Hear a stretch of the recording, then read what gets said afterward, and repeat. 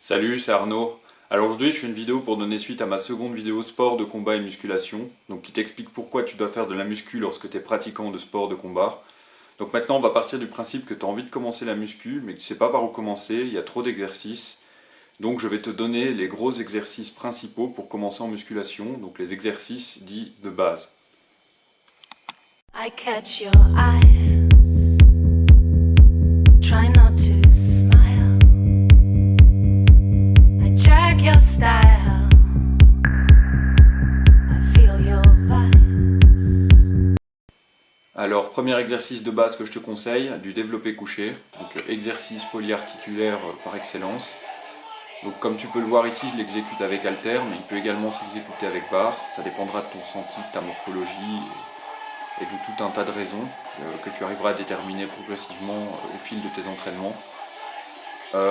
Pour la position donc dos sur un banc, avec pied au sol, dans une position, les jambes dans une position te permettant de pouvoir forcer avec une certaine stabilité. Bras tendus face à toi, donc perpendiculairement au sol. Donc si tu as les haltères, démarrer bras complètement tendus et avec les haltères qui se touchent presque et descendre jusqu'à arriver au niveau du bas de tes pecs.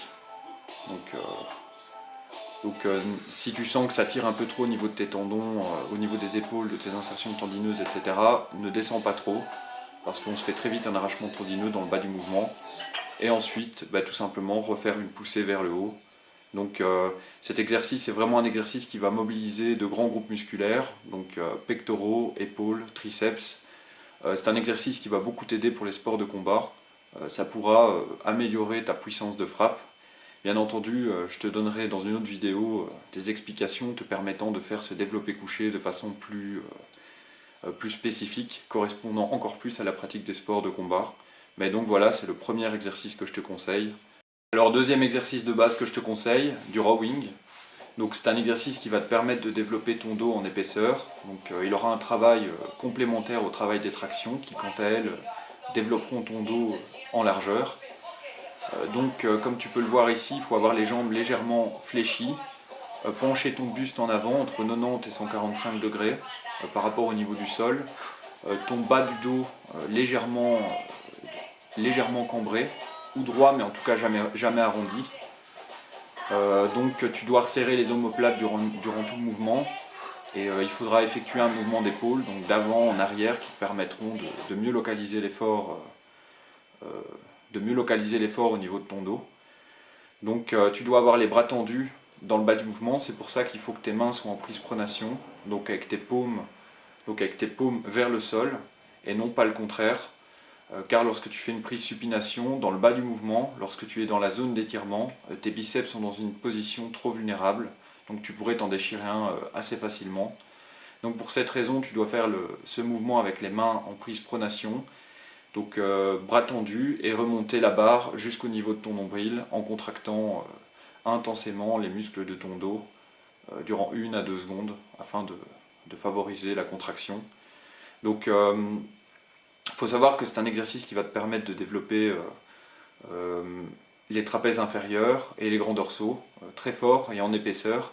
Donc c'est assez intéressant parce que les trapèzes inférieurs, c'est souvent une zone qui est, disons, en retard par rapport aux trapèzes supérieurs. Donc ça va te permettre de rééquilibrer les muscles de ton dos, le développement des muscles de ton dos.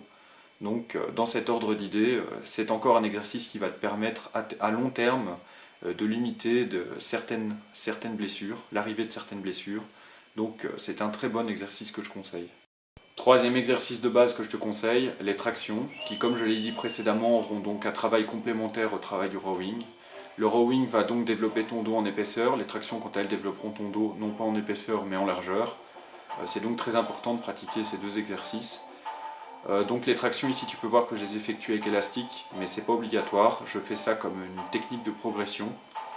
Ça fera l'objet d'une vidéo complètement à part. Je pense que la thématique ce sera comment progresser aux tractions ou quelques techniques pour progresser aux tractions, quelque chose comme ça.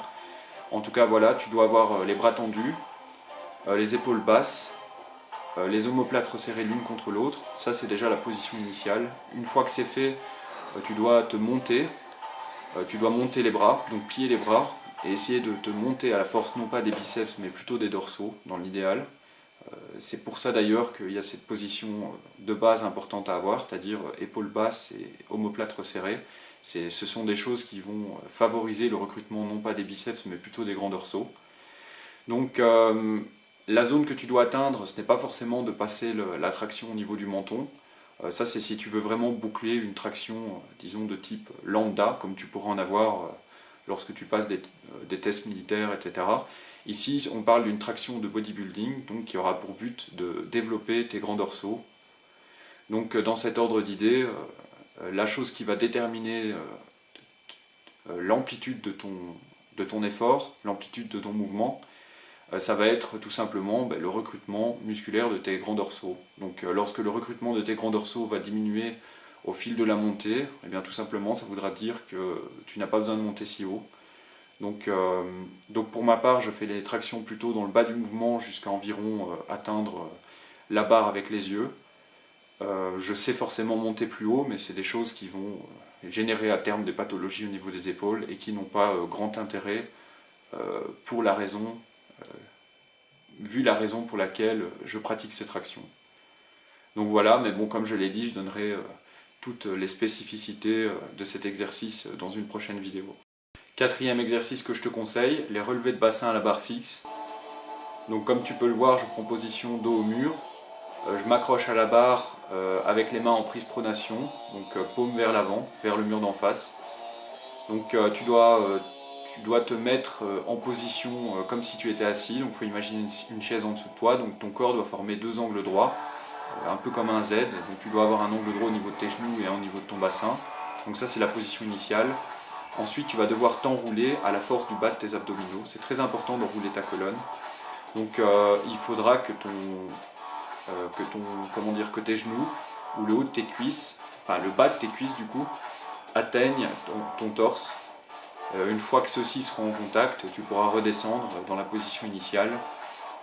Alors, si jamais tu as du mal à recruter le bas de tes abdominaux, car c'est quand même une zone assez difficile à recruter, ce que tu peux faire, c'est retenir la descente. Moi, c'est comme ça que je fais cet exercice. Je retiens un peu plus la descente afin de bien sentir la contraction intensément durant la descente. Donc, je sens bien mon bas d'abdominaux comme ça.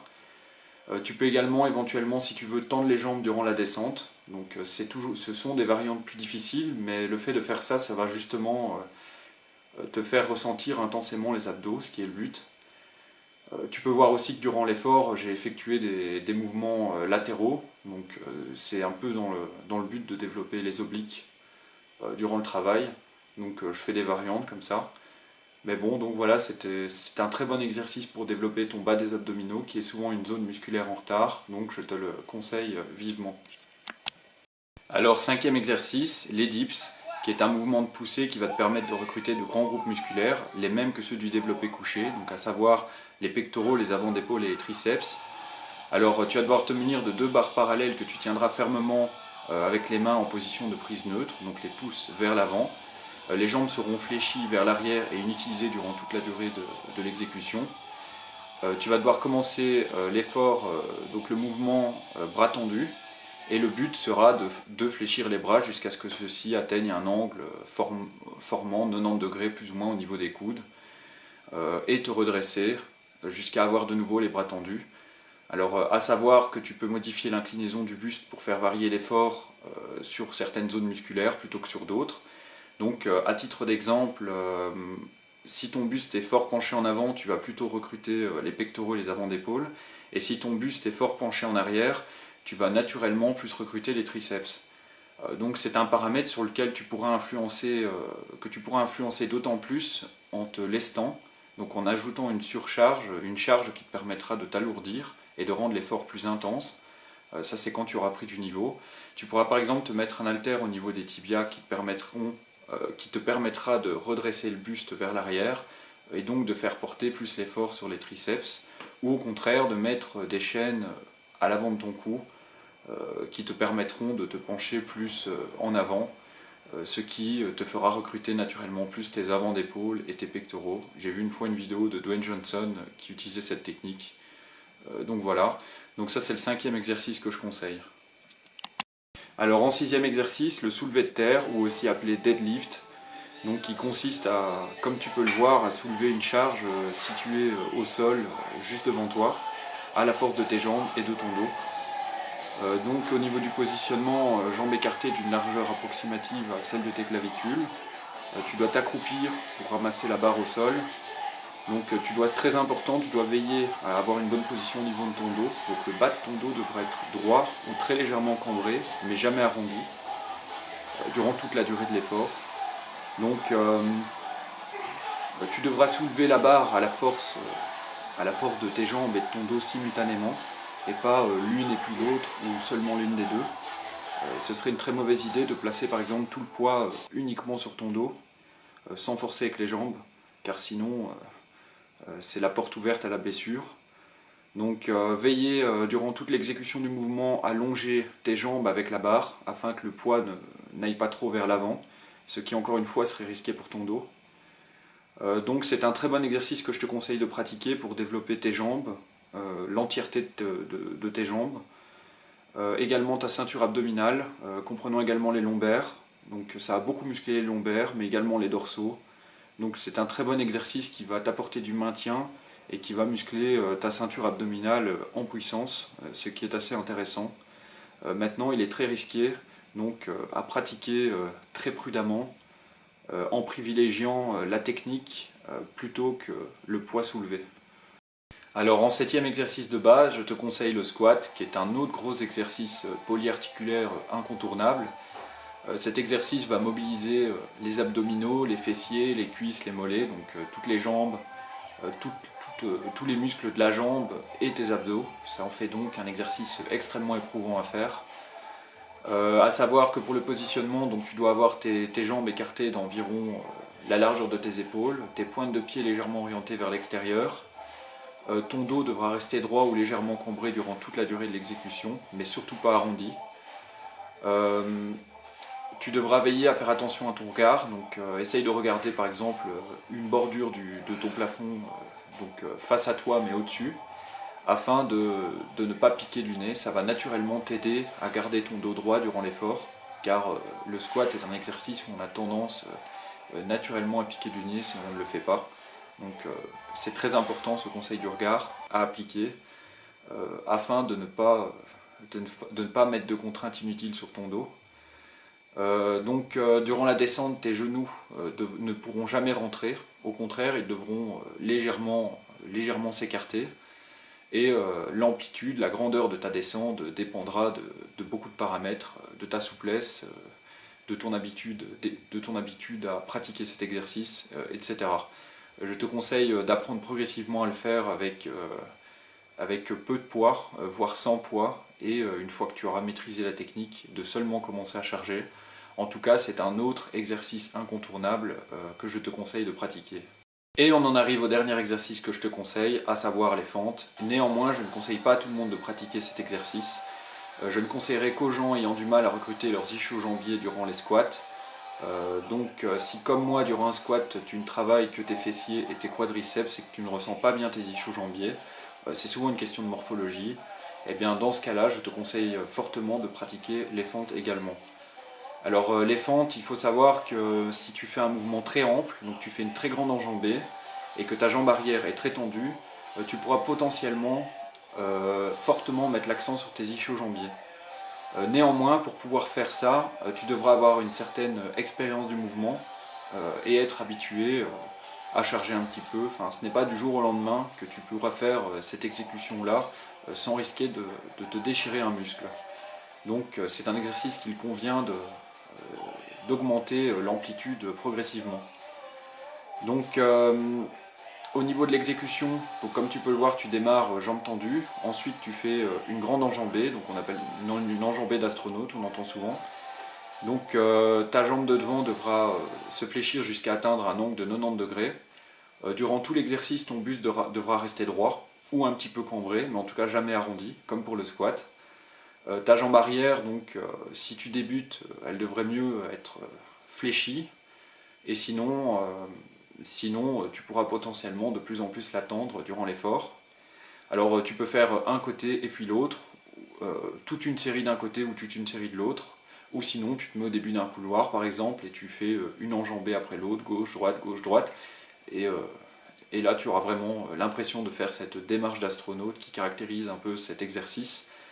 Donc voilà, j'ai plus d'exercices à te conseiller, j'espère que la vidéo t'a plu. Si c'est le cas, n'hésite pas à mettre un pouce bleu, j'aime, enfin tout le tralala, la commentaire, abonner, etc. C'est pour aider à lancer la chaîne. Donc voilà, merci et à la prochaine. I catch your eye.